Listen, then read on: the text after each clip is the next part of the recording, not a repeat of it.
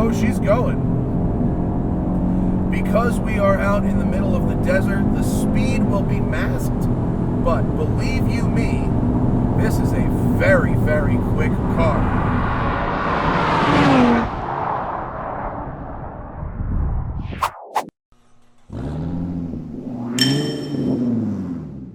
Hello everybody, and welcome to the middle of the desert, where today I'm driving the new Audi RS3, and I am so excited because I love the RS3. I love 5-cylinder Audis, I love luxurious rally cars, and this is both. This is a 5-cylinder, semi-luxurious rally.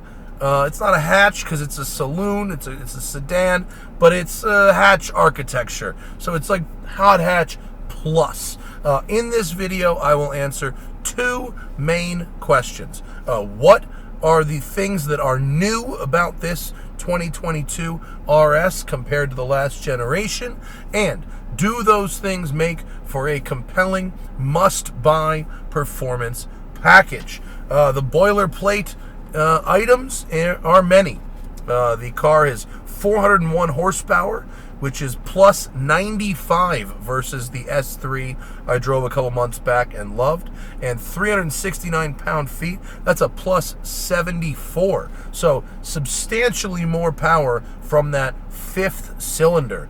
Of course, the 2.5-liter 5-cylinder engine makes an amazing sound. Sounds like half of an R8 or half of a Huracan. Really reminds you of Audi's 5-cylinder heritage. New for this year is the RS torque splitter. That's a rear differential that doesn't just brake vector, it can actively torque vector. It can drive 100% of that power to either the outside or the inside wheel. And in fact, there is a mode within the drive select menu to make the car heavily rear biased to the point where you can power oversteer and drift it.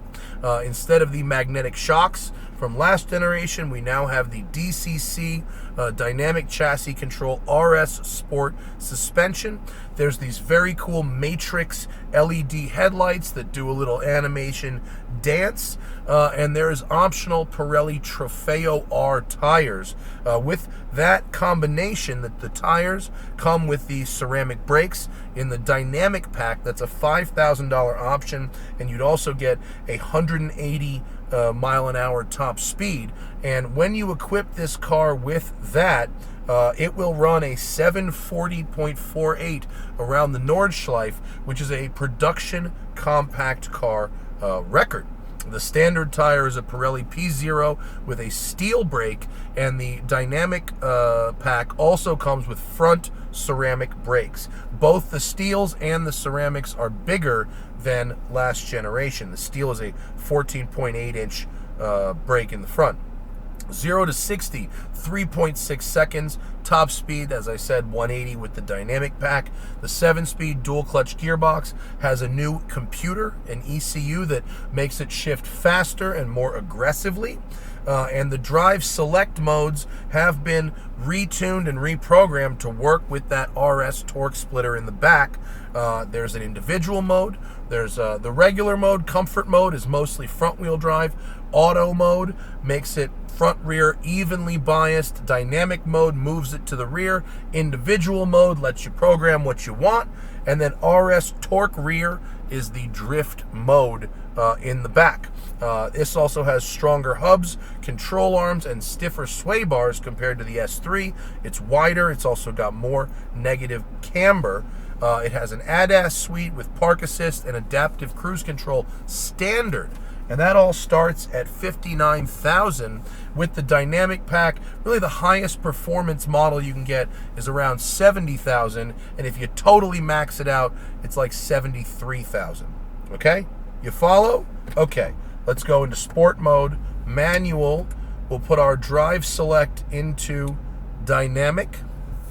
We will ESC off, and we will just start with a pure launch control start. Left foot brake, right foot gas, build boost.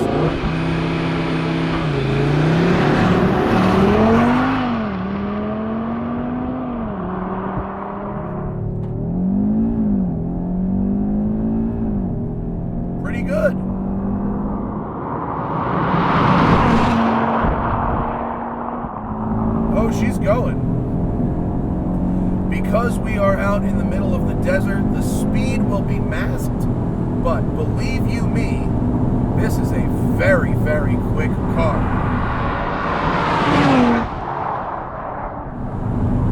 Audi wouldn't give us the exact weight in the briefing, but it should only be a very little bit, maybe not even heavier than the regular S3, so the lower half of the 3,000 pound rate.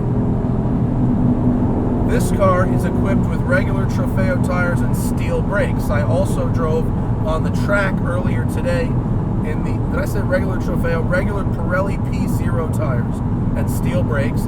I drove a car on track with the dynamic pack and the Trofeos, and I found it to be very responsive, although the initial bite of these steel brakes is actually seemingly better than the initial bite on these ceramics. You may actually just want the steels for street driving. If you're really doing track work, the ceramics are where it's at.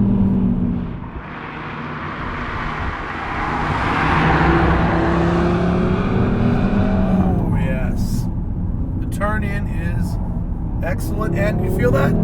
You didn't feel anything because you're watching a video. I felt it rotate. Interestingly, this has a staggered stance, but it's a reverse stagger. The front is 265s, the rear are 245s. And what I'm learning on the street here is that the Trofeo Rs are much grippier than these P0s. I had so much grip on the racetrack, and now it's actually kind of moving around a little bit here on the street. Gearbox is very responsive, will not shift up when you hit the red line. It will slam the rev limiter all day, and I will demonstrate that right now. Dun, dun, dun, dun, dun, dun, dun. There it is, the top of third gear. Love the power band. You gotta rev the car to get at it though. You don't really have anything below 4,000, but 4 to 7, the thing just rips.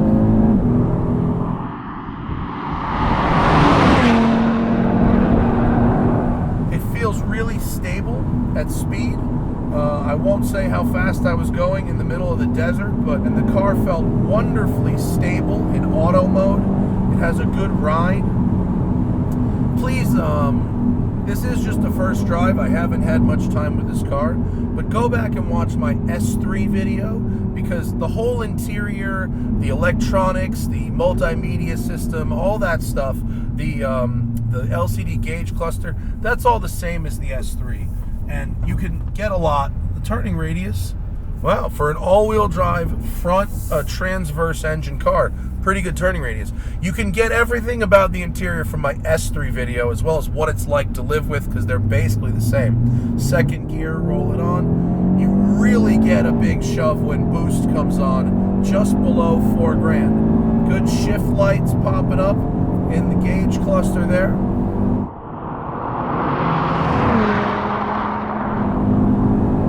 I love this car. It's got just enough luxury that I really feel like I'm in a comfortable, well-appointed Audi. The seat fits me really well. There's tons of leg room. Steering wheel position is excellent. Paddles are super responsive. There's the right amount of width in the footwell here. I have really good visibility, and the car's the right size. I can fit 4 people, I can fit stuff, but it doesn't take up too much space on the road.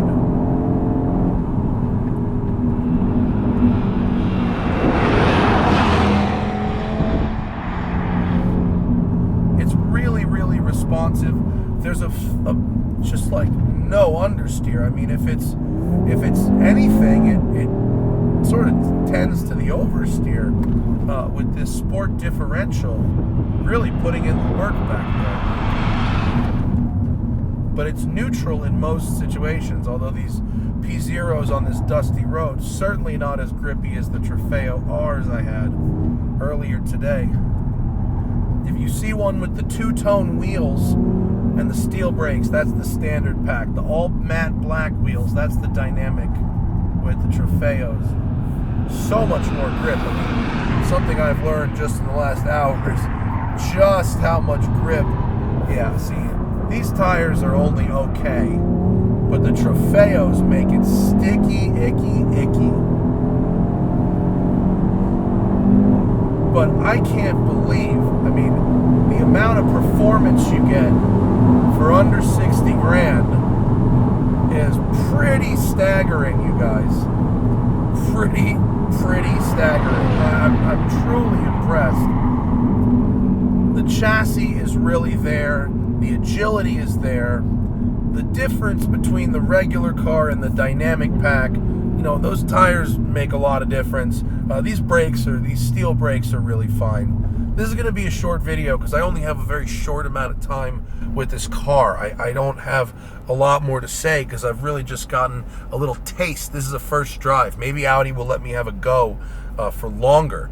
But I love the new looks. It's very aggressive. You've got the extractor vents on the side, big air vents to cover those coolers in the front, nice spoiler in the back. The dancing of the LED lights, matrix lights, is pretty cool. And you can fine tune it for how you want to drive given the day. I drove out to this launch in a Porsche 911 GTS. And frankly, if I drove home in this car, I would have no loss of pace. I drove down the very same road in a 911 GTS as I did in this. And this covers ground at the same kind of poise and ease that a 911 GTS did, and that's more than twice the price. It's knocking on the door of 3 times the price of this car. And yes, that's a Porsche, and this is an entry-level-ish Audi, but I'm so impressed at the pace of it, both on the track and on the street. And if you wanted a bonsai a run across the desert to Vegas from LA or to San Francisco like I did in the S3, I mean, what a great car to do it in. It's somewhat under the radar, especially in a less bright color, and it's lovely. So, is it worth the money they are asking for it? Absolutely. Phenomenal performance package. Tons of car for under $70,000. Tons of car. What was my other question? What's different? I went over what's different in the beginning. A bunch is different. That sport diff makes a difference. The Trofeo R tires, which you could get on your own, that makes a difference. This new interior is great. Lots of great technology and electronics. Adaptive cruise control. The Porsche 911 for 180 grand I'm driving does not have adaptive cruise control. This would already be a better road tripper because of that alone. And just the driving position, and it's all set up for drivers. I love that. So thank you to Audi for inviting me out. Please let me have a go for a week for a more thorough review. But for now, I like everything. I like all of it. I would get the dynamic pack. I'd knock it up to 70K, make it fully loaded, and get that dynamic pack. Have a set of snow tires for the winter and those Trofeo Rs because they help. But man, this thing rips. Thanks to you guys for watching, and I'll see you later. And remember, always fight your tickets. Use code TST10 on the Off the Record app available in the Android and iOS store, or go to offtherecord.com/TST.